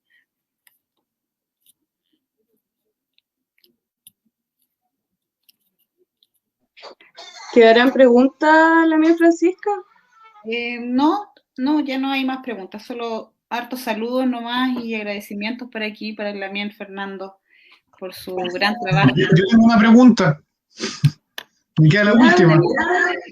No, bueno, en general también como uno sabe del dicho de como que tenemos que saber bien la historia para saber dónde vamos, para dónde caminamos.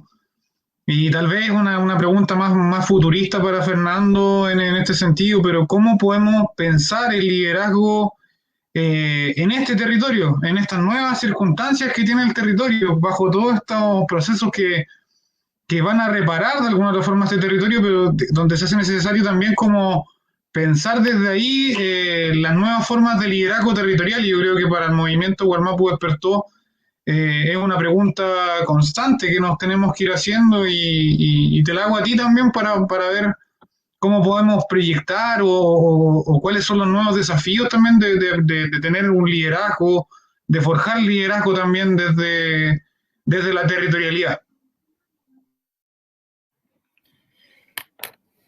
Bueno, pregunta, porque cuando uno no está viviendo en el territorio, a mí me cuesta dar opiniones, porque yo puedo hablar desde mi situación, que es Santiago, ¿no? Donde vivo y donde me siento que puedo colaborar porque vivo acá, ¿no? Yo les puedo contar mi experiencia tal vez sobre votar como escaños reservados por primera vez en mi historia, ¿no? Para mí, como mapuche que vive en la urbanidad,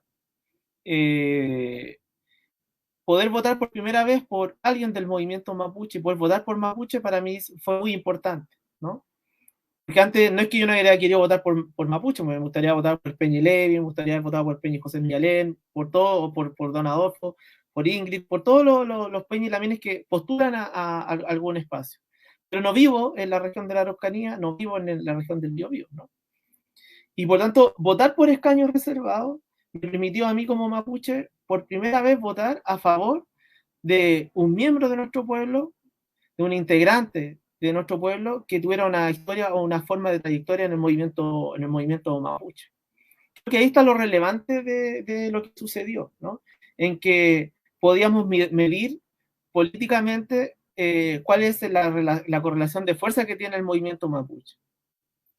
En ese ámbito yo siento que el día de mañana, si se logran otros espacios de voto, no sé, diputados, senadores, yo pienso que deberían tratar de generarse una combustión donde sea también territorial y también de alguna manera como, no sé, como una fórmula de escaños reservados, donde se pueda el mundo indígena que no vive en sus territorios pueda también sufragar, porque me parece que eso da cuenta de lo plural de poder desarrollar esta noción, ¿no?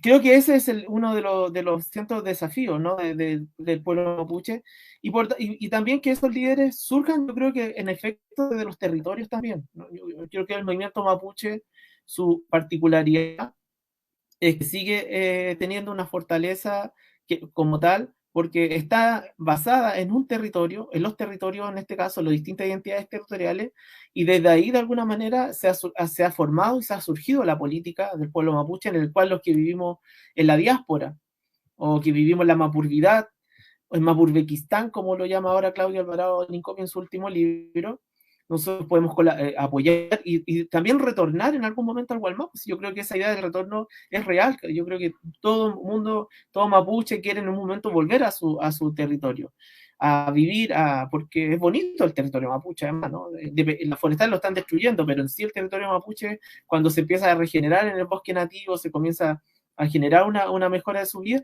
de su territorio, eso sin duda genera un desarrollo integral de su LOF. Por tanto, el territorio mapuche en sí es un territorio bonito que cualquier persona mapuche quiere retornar en algún momento de su historia a eso.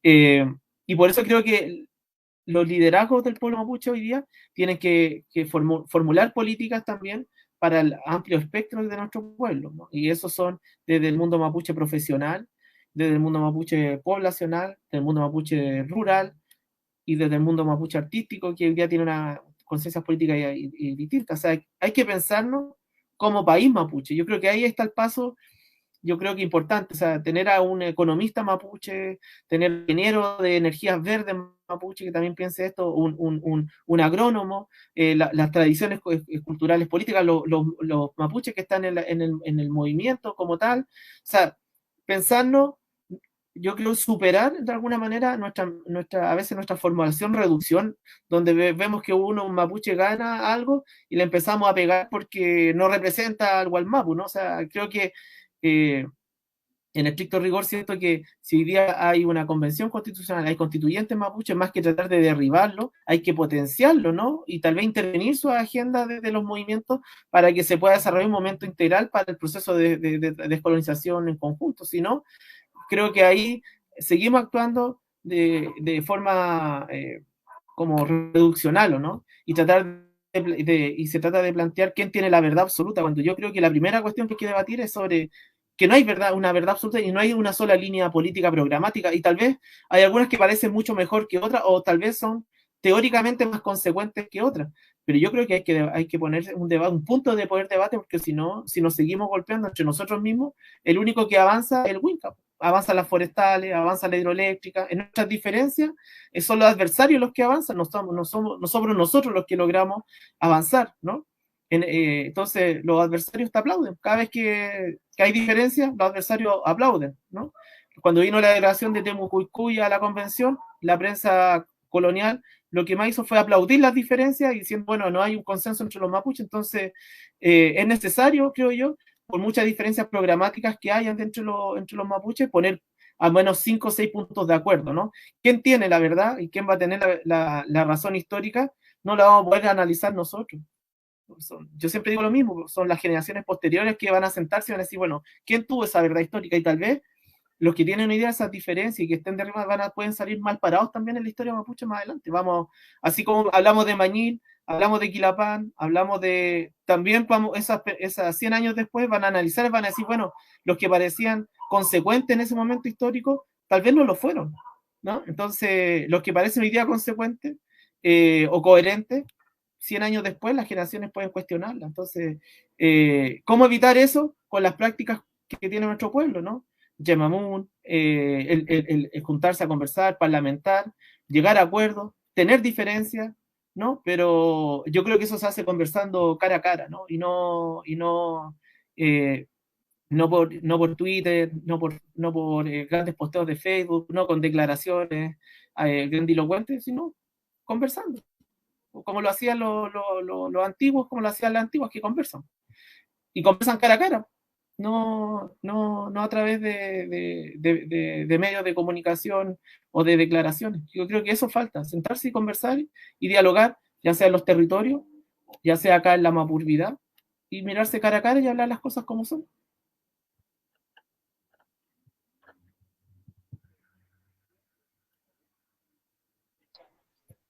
Qué importante lo que dice Lamien, ¿cierto? A que cuando hablamos de unidad, que no le demos paso a las estrategias políticas, ¿cierto?, de un Estado para poder perder nosotros legitimidad en nuestra lucha, porque pareciera a veces que perdemos legitimidad en esto y no debiese ser así. Debemos como mapuche, los wincas también que estamos aquí en el territorio, que muchos se suman a la causa también porque tiene que ver con un sentir común, con un sentir. Antes Nicolás hablaba de la identidad chilena, o sea, el chileno, realmente todos se sienten chilenos, realmente están cómodos en su país, realmente están bien en su país. Yo ya prácticamente no tengo, me he despojado un poco de esa chilenidad porque acá tengo mis raíces mapuche. Pero qué importante hacer ese trabajo de a poco, que sea paulatino. Muchas gracias, Lamien Fernando, pero le vamos a hacer la última pregunta para poder ir cerrando esto. ¿Cómo visualiza usted la dinámica actual política del pueblo mapuche con la política del pueblo chileno?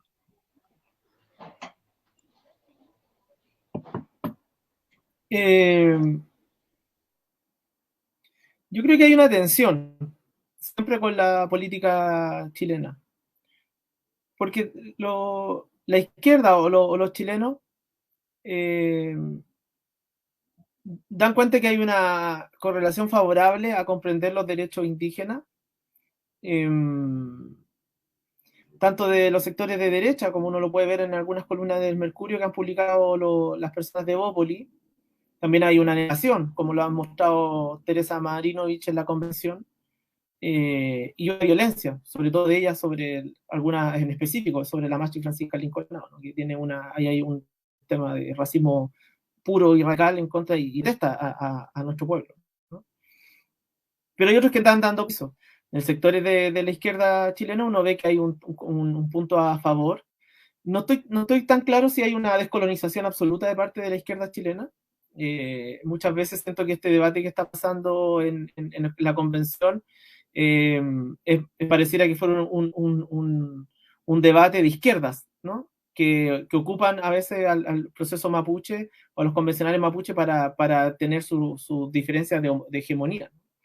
Yo creo que ahí hay un tema que se tiene que sentar y debatir también.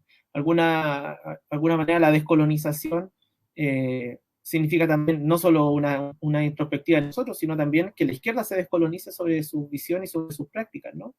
Creo que ese tema, yo creo que el movimiento mapuche no necesariamente todavía lo debate políticamente, ¿no? Tal vez los bolivianos lo hicieron. El catarismo boliviano lo desarrolló, el movimiento indígena en algún aspecto de Guatemala lo ha desarrollado. Tal vez va a ser muy importante el debate del feminismo comunitario boliviano, que ha ayudado también a descolonizar prácticas, y eso también te llevó a debatir con algunos ejes de la izquierda colonial. Pero yo creo que falta ese debate que yo siento que le hacemos el quite un poco, porque sabemos que esto va a generar nuevas complejidades en las alianzas políticas que se puedan hacer. El mundo mapuche tiende a generar más alianzas con sectores de izquierda, una cuestión histórica, política, por supuesto, pero creo que también hay que tomar decisiones que hay que fortalecer también el movimiento mapuche propio, o sea, de alguna manera también atrevernos en algún momento a generar eso. Hay que buscar, por eso yo creo que cada territorio es distinto según sus dinámicas, ¿no? ¿Cuál es la visión de aquello? Por eso siento que son alianzas finalmente las que se tienen que generar, y ahí yo creo que América Latina te da cuenta de esa experiencia.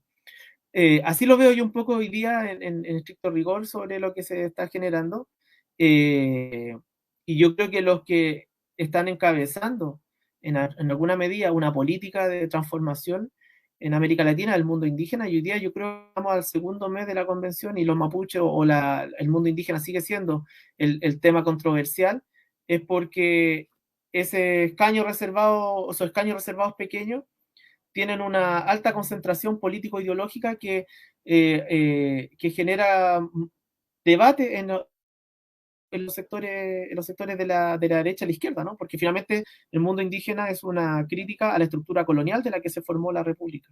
Y ahí yo creo que ese proceso lo se está generando adentro de la convención.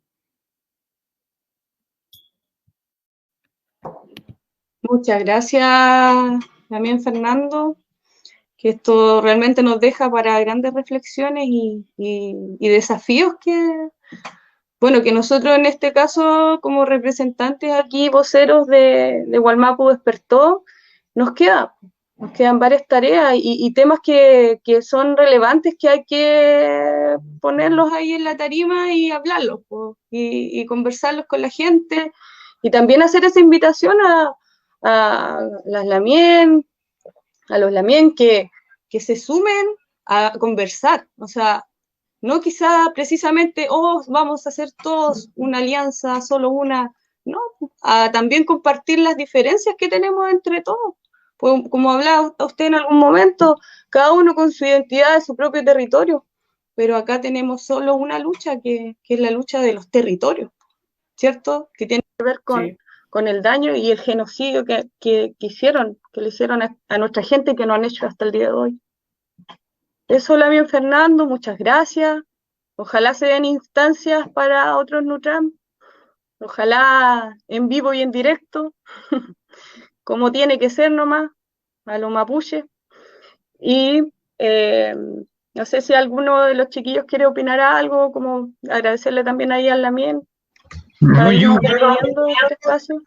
yo principalmente agradecerle a Fernando, a Mireia y a Francisca por estar acá dando cara con estos temas que no siempre se conversan y que hay mucho, por ejemplo, que no te cuentan, como decía, como el cartel de nuestra actividad.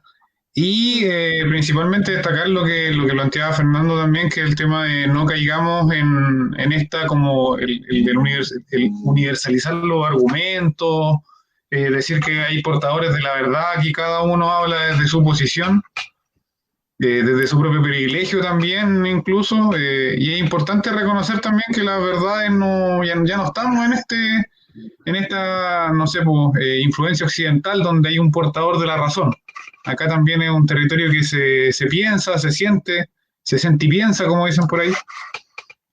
Y eso, agradecer también como el diálogo, Fernando, sobre todo tu tiempo, y por hacer este ejercicio también, que es como hablar con la gente alejada de la academia, poner estos temas hacia los movimientos políticos que están surgiendo y aprender entre todos también sobre estas posiciones. A ustedes por la invitación, y también yo creo que el trabajo de acercar la academia a los territorios es lo que ustedes están haciendo como dirigencia, como movimiento político, para que la academia no se convierta en esa academia alejada, ¿no? El rol de eso también es de las dirigencias que te fuercen también a ello y también te peguen con el guiño en la cabeza y realmente te digan, tienes que venir al territorio. Pero yo siento que hay una generación mapuche que lo ve como parte de como una obligación de alguna manera también, ¿no? O sea, cuando te invitan a esto, yo creo que uno no tiene mucho tiempo de decir que no, al contrario, yo creo que hay que decir que sí, y el pensamiento, como dice Enrique Antileón, su último libro, las intelectualidades son colectivas, ¿no? Entonces se forman desde distintos puntos, entre eso las dirigencias, los pensamientos de los territorios, los académicos, los agentes que estudian en la universidad. Así se crea, yo creo, pensamiento. Entonces, para mí, le agradezco mucho que me hayan invitado y que para mí también es un acto de reconocimiento de parte de los territorios cuando me invitan, así que le agradezco ese gesto de darse el tiempo y de querer escuchar también la visión que uno ha ido elaborando colectivamente y individualmente en algunos momentos cuando se mete en ese momento del archivo, ¿no? Donde te ayuda a repensar ese momento de soledad, igual te ayuda un poco a conectarte también con el pasado. Así es, Lamien. Igual yo agradecida de la presencia aquí de Lamien Fernando y también, bueno, llevándolo como a la actualidad, una síntesis, decir que igual el pueblo mapuche, el pueblo nación mapuche es un pueblo diverso, digamos que es como nos expresamos igual de distintas formas, nos manifestamos de distintas formas, somos un pueblo diverso, igual que los chilenos. Entonces, igual llevándolo como a la actualidad, decir que igual hubo un hito aquí hace como 2 años desde que el estallido social. O sea, igual antes, años atrás, digamos, o desde ahí, igual hay un hito, encuentro que hay un hito que nos marcó a todos, porque bueno, muchas veces aquí en estas mismas fechas decían, oye, ¿qué onda si somos todos chilenos? Siempre se dijo eso, somos todos chilenos, pero oye, igual ahora ya se sabe que obviamente nunca hemos sido todos chilenos. O sea, yo, por lo que puedo decir, yo cuestionaría esa identidad, porque la identidad mapuche jamás se cuestionó. O sea, ¿qué es ser chileno y qué es ser mapuche?